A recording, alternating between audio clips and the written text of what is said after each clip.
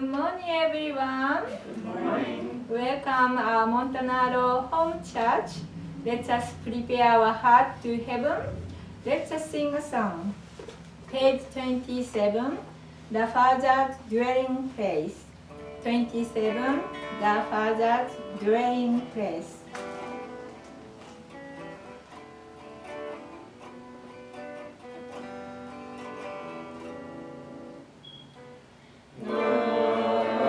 Father's dwelling place is a fountain of our lives, drawn to the light eternal day. We abandon the darkness, may the word of God in my heart resound. So eternally to receive His love, we shall be His bride delight, children of the living God. Into the world a weary gate, let's go marching together. The Father's dwelling place is the throne of new life. Now our resurrection is come, which we long awaited. May the word of God in my heart resound. So eternally to return His joy, we shall be His bride delight, children of the living God. Into the world of evening gate, let's go singing together. The Father's dwelling place is eternal paradise, where the blessing He had reserved will be freely given. May the word of God in my heart resound. So eternally to receive His praise, we shall be His bride delight, children of the living God. Into the world of evening came, let's go dancing together. Let's go dancing together. Let's go dancing together. Thank you. Let us stand up and greet Heavenly Father God and children. Today is Sunday morning, 2019, May 26. Let us bow. Yomre. Hello. Join me in prayer. 살아계시는 하나님 아버지, 장부모님, 안녕하십니까? Most precious our Heavenly Father, God, and true parent, we are grateful to stand in front of you. We reflect the past week and so busy. School is almost finishing. I think college student is finishing and graduation, and now the public school going to the preparation of the graduation and the promotion. Time is passed so quickly. Now the beginning of the summer, the people coming, the Goram and the tourism and so many events coming, song and music around us. Midwest, the busiest time, we seek you, your truth and your love. Through the Christ, we gain the resurrection of our spirit.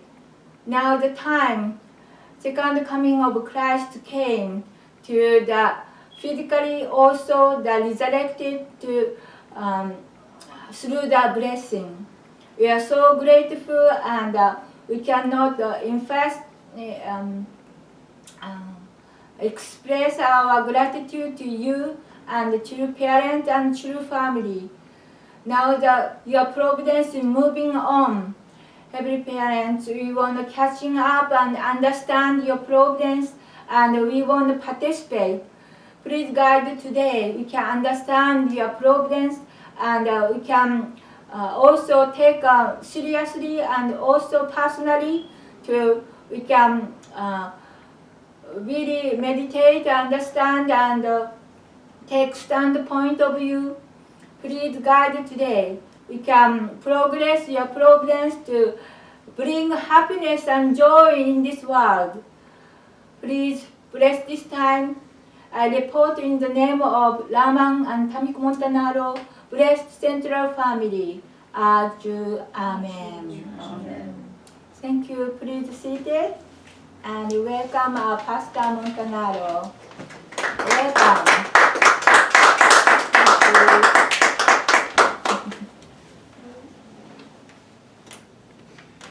Hi everybody. Hi. So today's the 26th of May, it's Memorial Day weekend. I want to read a short passage from Father's autobiography. This is as a peace-loving global citizen. Today I want to speak about what makes for peace and how we can become peace, not just peaceful people, because Christianity has a long history of peaceful people, meaning Christianity has a long history, doesn't it, of good families that have followed the church teachings and gotten married, no divorce, raised children. But peaceful people who are passive or who are afraid of power and who don't take power and don't use power peacefully don't help the world to become a peaceful world, because still powerful people who are not peaceful are in control. So finally, the time is coming, and now is, when peaceful people have to become powerful peaceful people. Don't you agree? Yes. Don't you think that peaceful people should have power? Right? It doesn't make any sense for the peaceful people to always be the downtrodden. Now, communism was the opposite. Communism preached that the violent people should take power. Isn't that ironic? They thought about perhaps creating a peaceful world. They talked about creating a brotherhood of man and getting rid of injustice. But the way they wanted to get there was by violence. And every communist revolution has been conducted by violence. Some people idolized Che Guevara. Che Guevara was killed in Bolivia trying to violently overthrow the Bolivian government after he had helped Fidel Castro violently overthrow the Cuban government. And the government that was there in Cuba before Fidel Castro was a puppet of the United States. There's no question. Cuba was the Las Vegas of the East Coast. It was like what stays in Vegas, what happens in Vegas stays in Vegas. In the 1920s, 1930s, 1940s, 1950s, Cuba had casinos and dancing and the whole Cuban rumba, the whole thing. That's why, Ricky Ricardo, the husband of Lucille Ball, Desi Arnaz. He was Ricky Ricardo in the Lucille Ball show, the Lucy show, but he was Desi Arnaz. He was Cuban, and he was very popular. Unusual for someone who's not, white American to be popular, but he was very popular because he was like a band leader, and the whole rumba and the samba and the Cuban dancing, and everyone would go to Cuba. It was a short flight or a short boat trip to Cuba, and it was a big, basically a casino. The place was Las Vegas. Meanwhile, on the plantations, the Cuban people who, especially the ones who had black or African ancestry, they were being treated like slaves and to raise the sugar crop.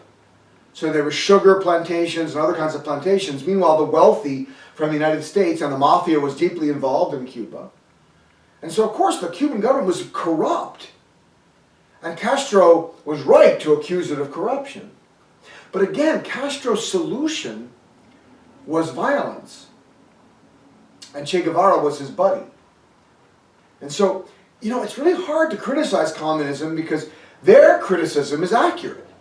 Their criticism of capitalism is rather accurate. Not completely accurate, it's distorted, and of course they use propaganda to try to change our thinking using lies. So there's a lot of lies in communist propaganda.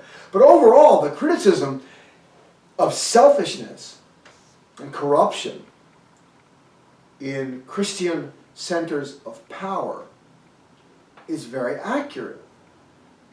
It has been accurate for 150 years, since communism began to gain, popularity. Karl Marx wrote the Communist Manifesto in 1848. And since then, and even before then, there was this movement to try to violently overthrow the governments of Europe. That's why the governments of Europe were terrified of communists and hated communists. Hitler hated communists. Everyone hated communism. They were afraid of it because they were going to violently overthrow everybody. They made it very clear that was their goal. They finally did overthrow. The Tsar of Russia was actually overthrown not by communists, by the farmers. The farmers' revolution. Then the communists came over and killed the farmers and took over the revolution in Russia. That was the beginning of the Bolshevik Revolution. It was the beginning of communists taking power by force, by violence. So what do I mean when I say peaceful people should take over or should rule with power? In other words, how can peaceful people have power? Isn't that a contradiction? How can peaceful people have power?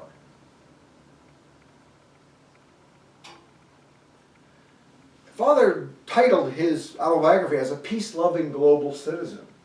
So Father talks about someone who loves peace. And yet Father understood the importance of strength. He was the first person to produce air rifles for Korea. And later on the Vulcan cannon was produced, which was used by the Korean military and even the American military in Korea to protect the 38th parallel. Father was not afraid to use power to protect peace. In martial arts, the idea is that you should never have to use it. But you should be strong enough that if someone attacks you, you can defend yourself and disable that person. Stop them from acting in a violent way. But your goal is never to use violence to gain power. But you should be a powerful person who people respect and bad people fear. We should become people that good people respect and bad people fear. But even in that fear, there should be respect and a recognition that a good person, that like we should be fair, meaning we should never be self-centered. Power should never be used for self-centeredness. So ultimately, peacefulness comes when we finally overcome selfishness in ourselves. And the root of selfishness is love. Selfish love. Do men treat women unselfishly or selfishly? Do women treat men selfishly or unselfishly?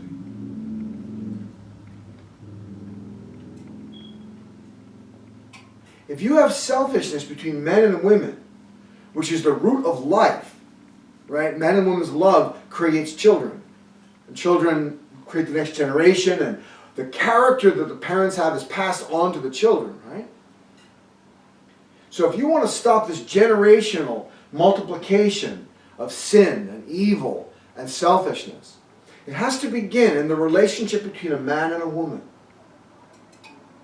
That's what Father taught. Peace then begins in the home. I can talk about myself as an individual, and religious history has been highlighted by individuals talking about peace. Whether it's Mother Teresa or Jesus, or whether it's any of the Christian saints, or whether it's Martin Luther King, or whether it's Gandhi. But he talked about it from the point of view of the individual becoming a peaceful person. And that's great. That's certainly the beginning point, is me, that's myself. But unless I can make a peaceful family, unless my wife and I can love each other in an unselfish way, we are passing on to our children selfishness. And selfishness is always going to produce conflict. Because when you're selfish, you're putting your needs above everybody else's. And that is opposite of how God created the universe. God put the universe first. He created completely forgetting himself. And you can see that unselfishness in everything that is created. Everything lives in harmony. Everything lives for the sake of something else. Flowers give us beauty and beautiful scent. They have the reproductive part of the flower. They have the stamen and the pistil, right? The masculine and feminine sides of the flower are both within the flower, in the core of the flower. And when the pollen goes into, from the pistil, I believe, goes into the stamen, or the stamen goes into the pistil. I forgot which is the masculine. Does anyone remember? Anyway, the little pollen-bearing fronds are surrounding the kind of sticky center, which is I think the pistil is the sticky center, and the stamen, I think, are the masculine parts. But when a flower cannot impregnate itself. A flower cannot fertilize itself. It needs either the wind or insects, especially bees, to come and pick up the pollen on their legs, and then the bee flies to another flower, and then it sprinkles that pollen. That pollen goes into the stamen or pistil of the other flower, and then that creates the fertilized seed. At the root of the flower, that's where the fruit comes from. After the flower gets old and falls away, that is where the fruit comes from. Have you ever looked at the bottom of an apple? That's the old flower.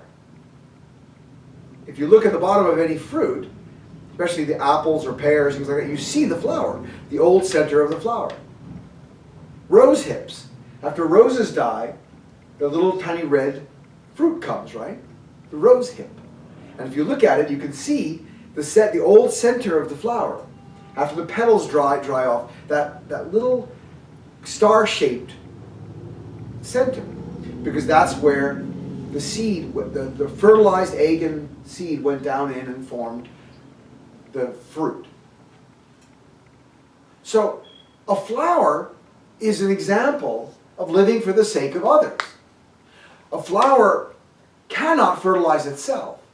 It needs others. And yet it doesn't just take from others, it gives back nectar, right? The juicy nectar that the bees make into honey, and the scent and the beauty for us. A flower is an example of how unselfishness is not self-destructive. Selfish people are wont to say, if I don't think about myself, who will? I have to look out for number one. Right? You've heard that a million times. That's the selfish person's mantra. I have to look out for number one. If I don't look out for myself, who will? And so then they conduct their activities selfishly. Business, you really see it in business, right? Everyone's selfish in business. Cutting each other's throats to get a profit. Lying to their customers. Bait and switch. All kinds of techniques to get a customer to buy, which are not ethical. Producing shoddy merchandise and selling it as if it's good. Anyway, we can see that selfishness in every aspect of life. But the deepest point where selfishness comes is between man and woman. Men appreciate and want to see and touch a woman's beauty. That's what a man is built to think and feel and do. We appreciate a woman's beauty. And our love goes toward a woman and makes her happy. That's why women want to be beautiful. That's why women put on makeup. They want to receive the love and attention from men. Women, on their part, want to get a man's attention and love to take care of her, because when a woman finally becomes pregnant, she can't protect herself as well as she can with a husband. By herself, a pregnant woman feels very vulnerable, very alone. Men, when their wife is pregnant, become the protector. They become they aid and assist. They make money. They try to provide everything the woman needs, food and an environment. And the woman starts to, even with her first child, you see it. Every woman, as soon as she's pregnant, she starts to plan the children's room. She starts to get beautiful pink and blue things and a crib and soft. Everything's got to be soft and everything's got to be safe. And the house has to be child-proofed. And anything sharp or edges or, poisons and things, you start putting safety locks on the door. Everything starts to get prepared for the children. But women are most concerned about that. They're nesting. And you see it in the animal kingdom, right? And you see it with birds, right? The male and female help protect the eggs. While one goes off to eat, the other one sits on the eggs. They both take care of the eggs, right? You see it in the animal kingdom, right? The females get pregnant and have children. The males protect the herd. You see it in herbivores. You see it in carnivores. You see it that the males protect the flock, the herd, the pack of wolves or whatever. The males protect it. The females are nurturing the young. These are roles that are established by nature. And women and men are the same. So when a woman gets pregnant, she needs a man. So there's a natural sense of a woman wanting a man's love and protection. But selfishness in this makes a man take a woman's beauty and have sex with her without any promise for the future. Lying to her, I love you. Which really in woman's language means I'm ready to take care of you and be your husband. But that's a lie. Many men use that line as a lie. They lie to women. And women believe it. Because they want to believe it. And they receive the love of a man hoping that they'll catch him, hook him, make him want to stay with her to protect her. On women's side, women seduce men sometimes, or even if they're just keeping their purity and they're very good, selfish women try to get a man to protect them, but they don't really want that man to be their subject or to respect them. So there's many selfish women, in other words, who, we all know that, who lie to men, who trick men, who seduce men, who hide their real character from the man. So the man falls in love with the woman, but then the real character of the woman comes out and she's selfish, and we all know the word that we use for a woman that's selfish, but I'm not going to use it here in my service. But the fact that I don't have to use it, you all know what it means it's a common enough word for what a woman becomes who is self-centered, selfish woman. And it's very hard for that man to live with that woman. She's telling him what to do. She's pushing him around. He's trying to give money and to care for her. Maybe he actually loves her or loved her. But she now feels like she has him. She's got him hooked. And so she starts to become a monster. And women can be just as selfish as men. It's different though, right? Men and women's selfishness looks different. But anyway, we can see by divorce rates and the fact that no one wants to get married anymore. The reason the divorce rates aren't as high as they really should be is because no one's getting married anymore. Everyone's just living together. So if you're not married, you can't get divorced. But when you break up, it's just as painful. And there's no statistics anymore for people who live together and then break up, which is really a common law marriage. In most states, if you're living together and sharing expenses and living like a husband and wife for more than 3 years, you're married. By law, you're considered common law marriage. You're married. But there's no real record of keeping of that and how many of those break up.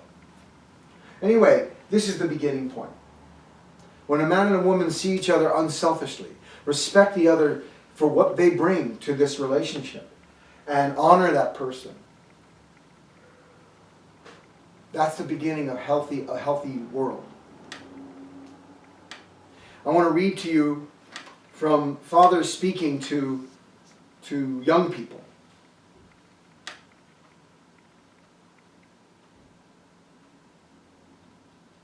Parents cannot wait until their children mature enough to study on their own. They tell them, you have to study. How many times do I tell you you have to study? No. Please make up your mind to study and put pressure on them.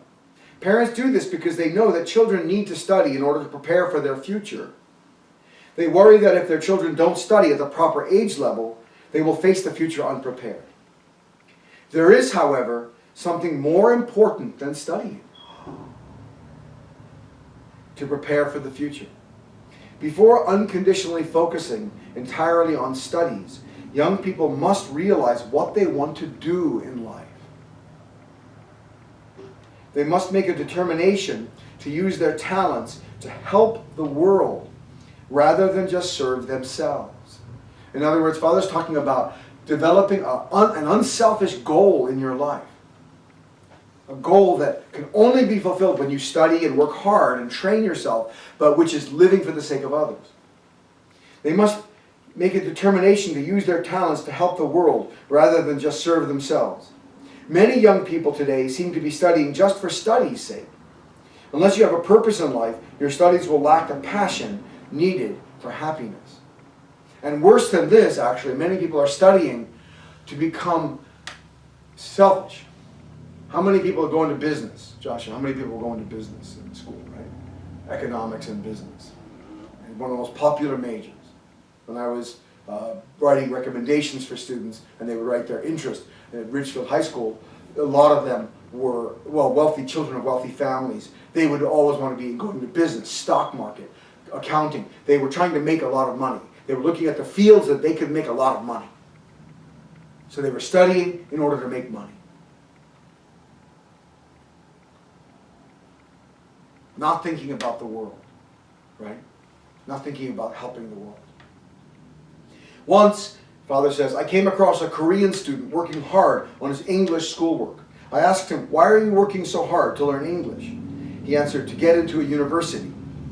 What could be more short-sighted? Getting into a university is not a purpose.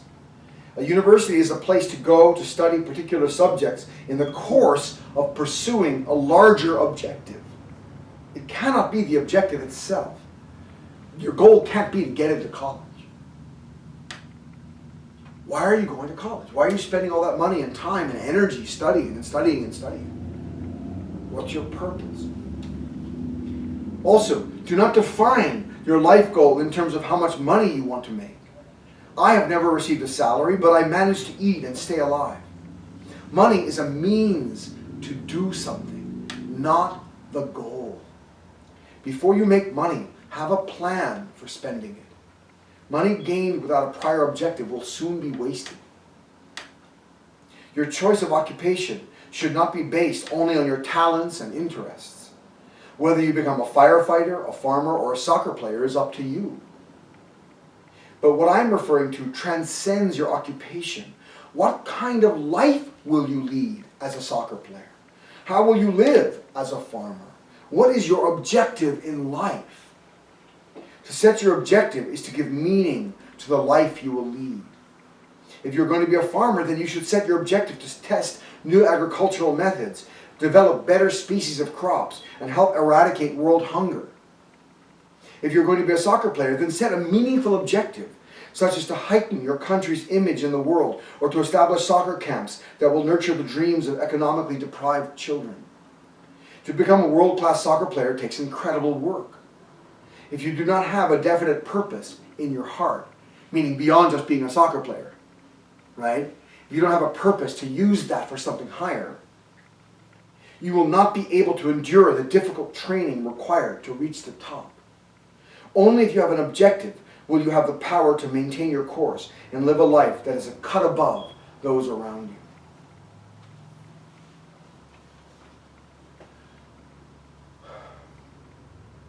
So, we should live our lives with a purpose. And the highest purpose that all of us can share and that we must share is to make a beautiful family. Can you come up on it? So, when a man and a woman love each other, so much energy is created. Right? This is the place that a child comes from. Between a man and a woman is where children come. So there's a powerful attraction between men and women. But because of the damage that we have seen since the fall of man, we've seen so much damage to the human family, right? How many damaged human families do you know? Divorced, broken, betrayed, adultery, abuse, incest.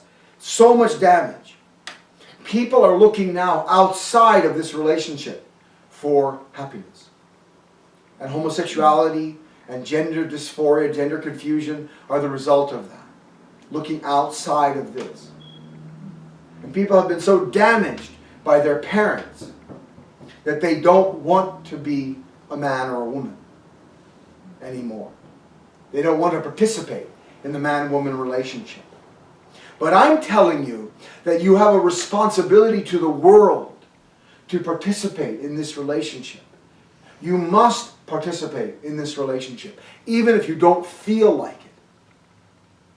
Because this is the root of selfishness. It's the only place we can get rid of selfishness. And every one of us has to help get rid of selfishness.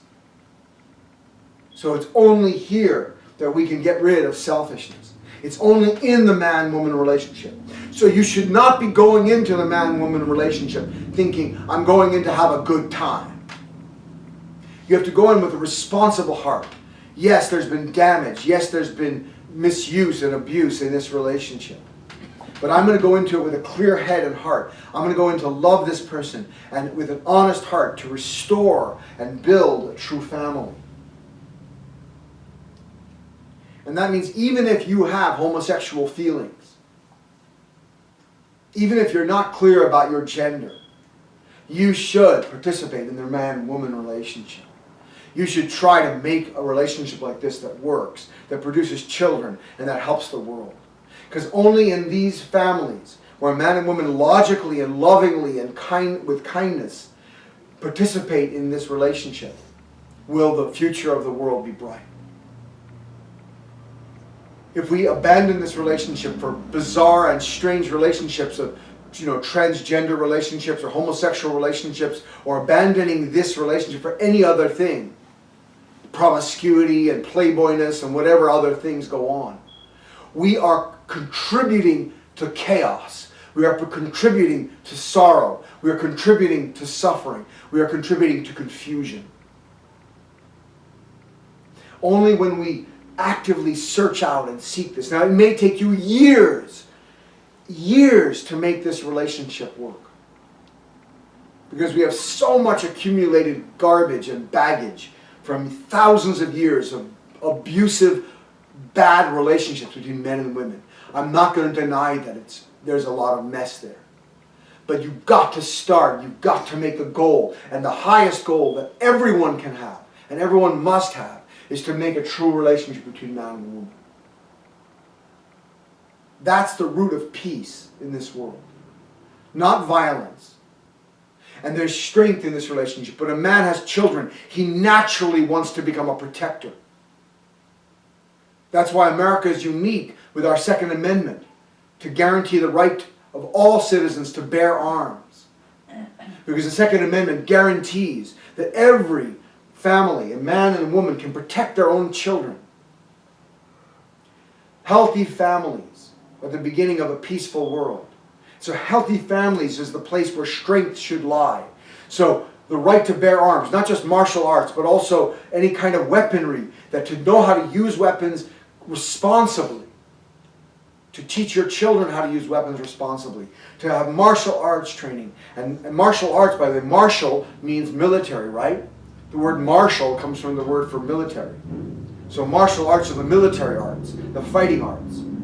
Before there were guns, the martial arts included hand-to-hand combat without weapons, but also all kinds of weapons, nunchucks and swords and sticks and other kinds of weapons that were available, spears, right? They're all part of martial arts training, right? When you study taekwondo, or when you study other kinds of kempo or in karate, or the Brazilian jiu-jitsu, other things like this. Weapons training is part of that. So you cannot be some traditionalist and believe, well, I want to use only nunchucks and spears. When the guy coming against you's got a gun.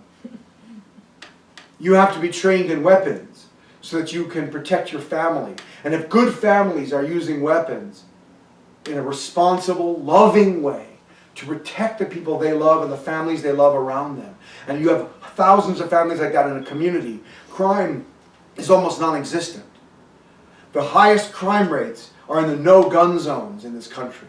Chicago has an absolute no-gun rule. No one's allowed to bear arms in Chicago. It has the highest murder rate in the country. And you go to places that everyone's carrying a gun, there's no murder. Because if you want to go around killing people, you don't want to go around to a place where everyone's carrying a gun and will shoot back.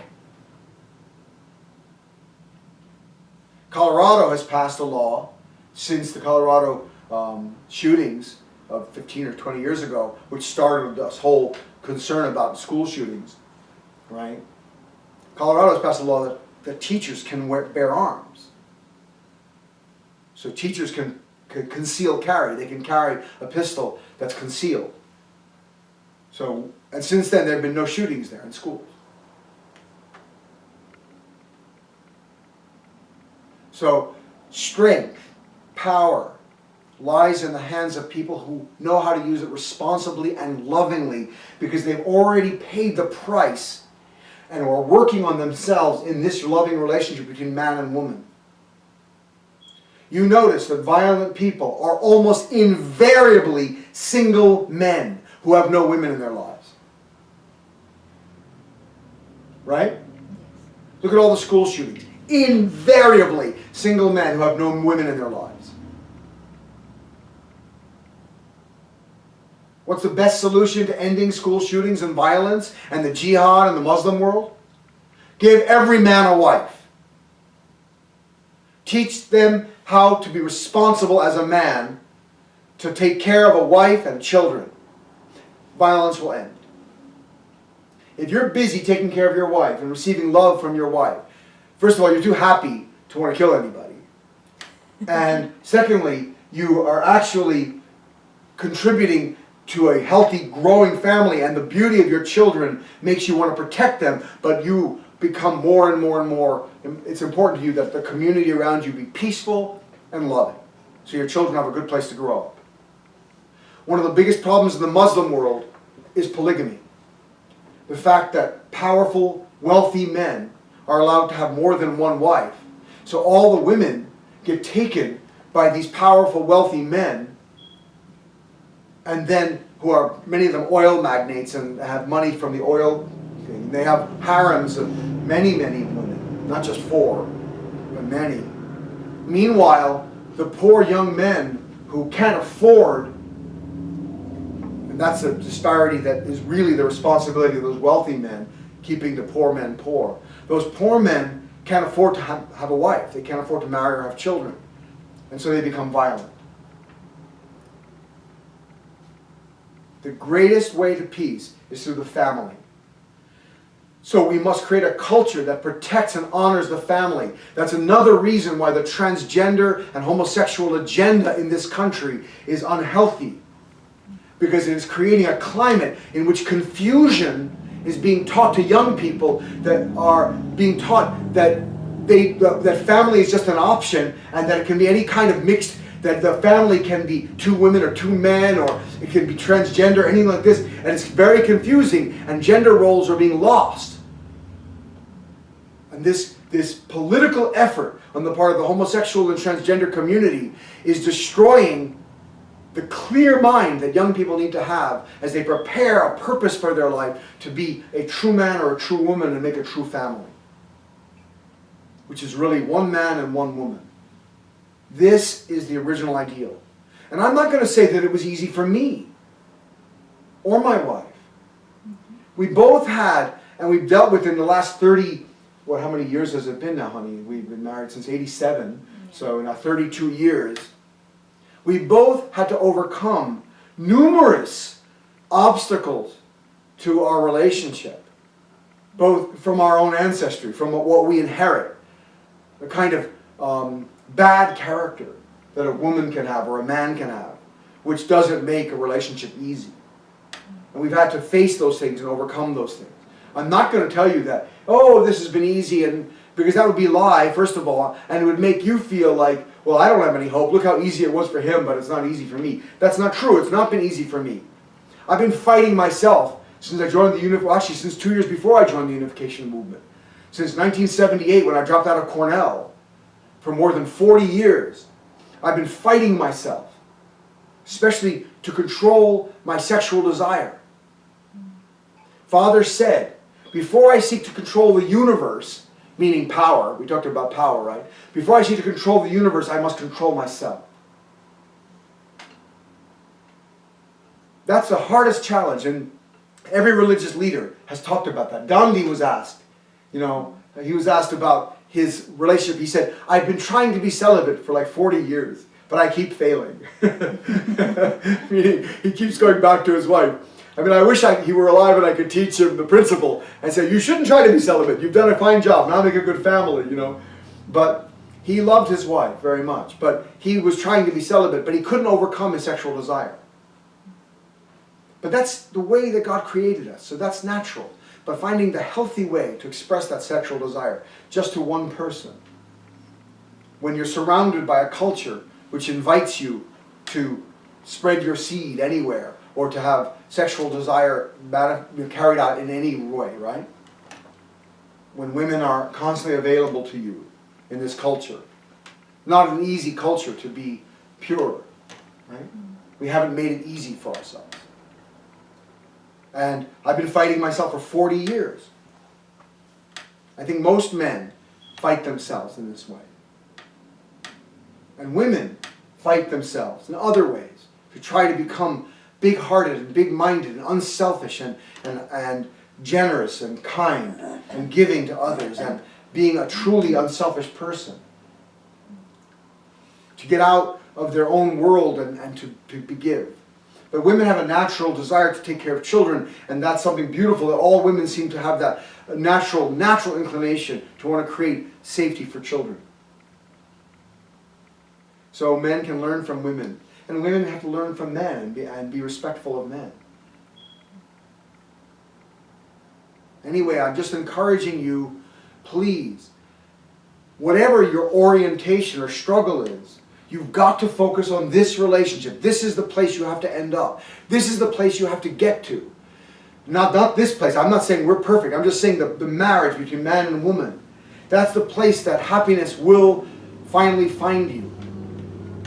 And peace will find you. And a peaceful world begins here, in the home. Okay? So you have a clear goal. Do you want to say anything? It's true. Few weeks ago, I went to my hometown because my father was ill. And we look at my family. My older the brother was not married, the same as my husband's age, and my sister, elder sister, was married, but they don't have children, and I was so sad. You know, my father don't have grandchildren in their hometown, and I really sad. And I'm so glad I met Reverend Moon, can teach God's will to make ourselves connected to God through the prayer and also His word, and make yourself can be true yourself. But it's a long way to become true, because of the past and really difficult starting family, and you can see was so many garbage inside of me, and couldn't love. Actually, couldn't love because that so many bad thoughts, and couldn't keep really closer to each other. I have to fight with that, and every day confess to God, and then I need a solution to overcoming this feeling and mind, and clarifying myself, and keep trying.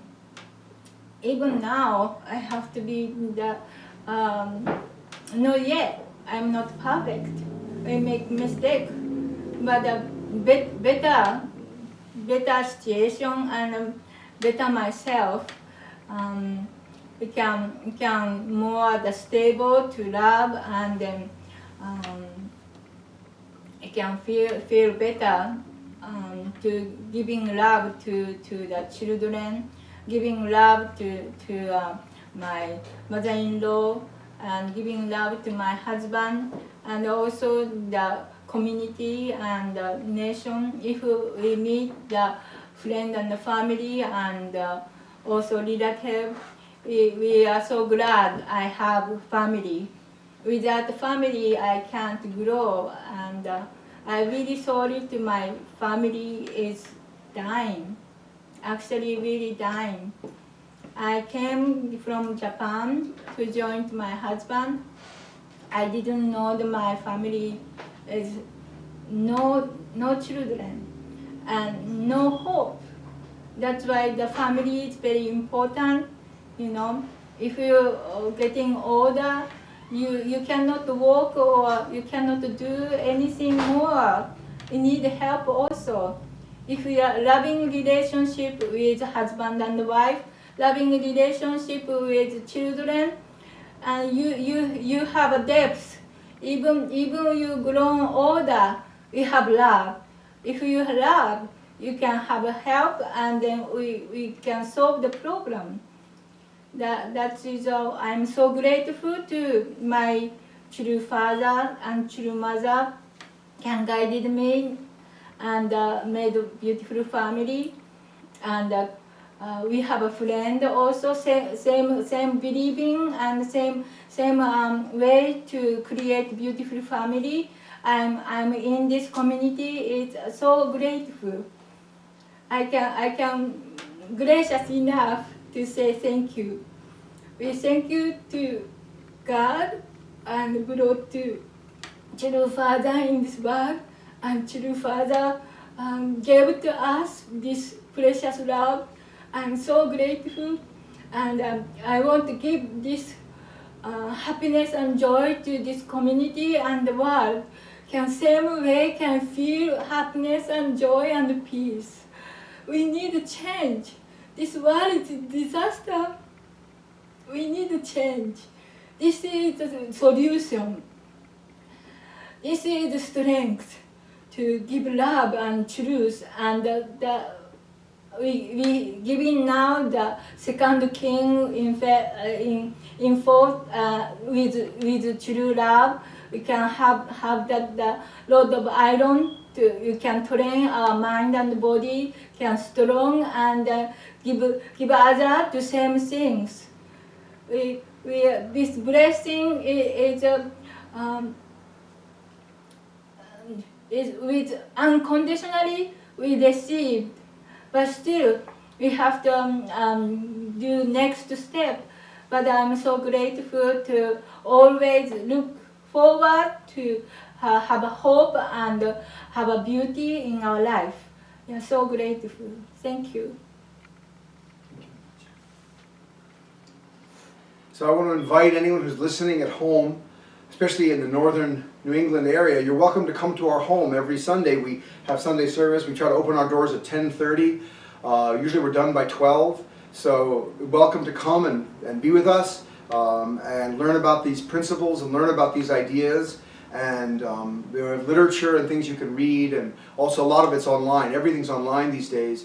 So I pray that you can take part in this community, as my wife was talking about, faith, so that we can, a community of love, a community of family. So I pray that you can join us, and especially even if you're not close to us, you're welcome to come through the internet anytime. Why don't you please join us in prayer.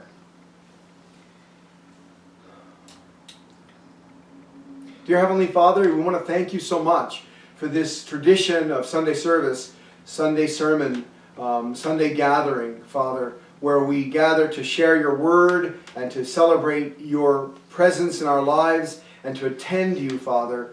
There's no one word for that, to share your word, to attend you, and to celebrate your presence in our lives. I wish there was a word for that. The word sermon or service doesn't cut it for me, Father.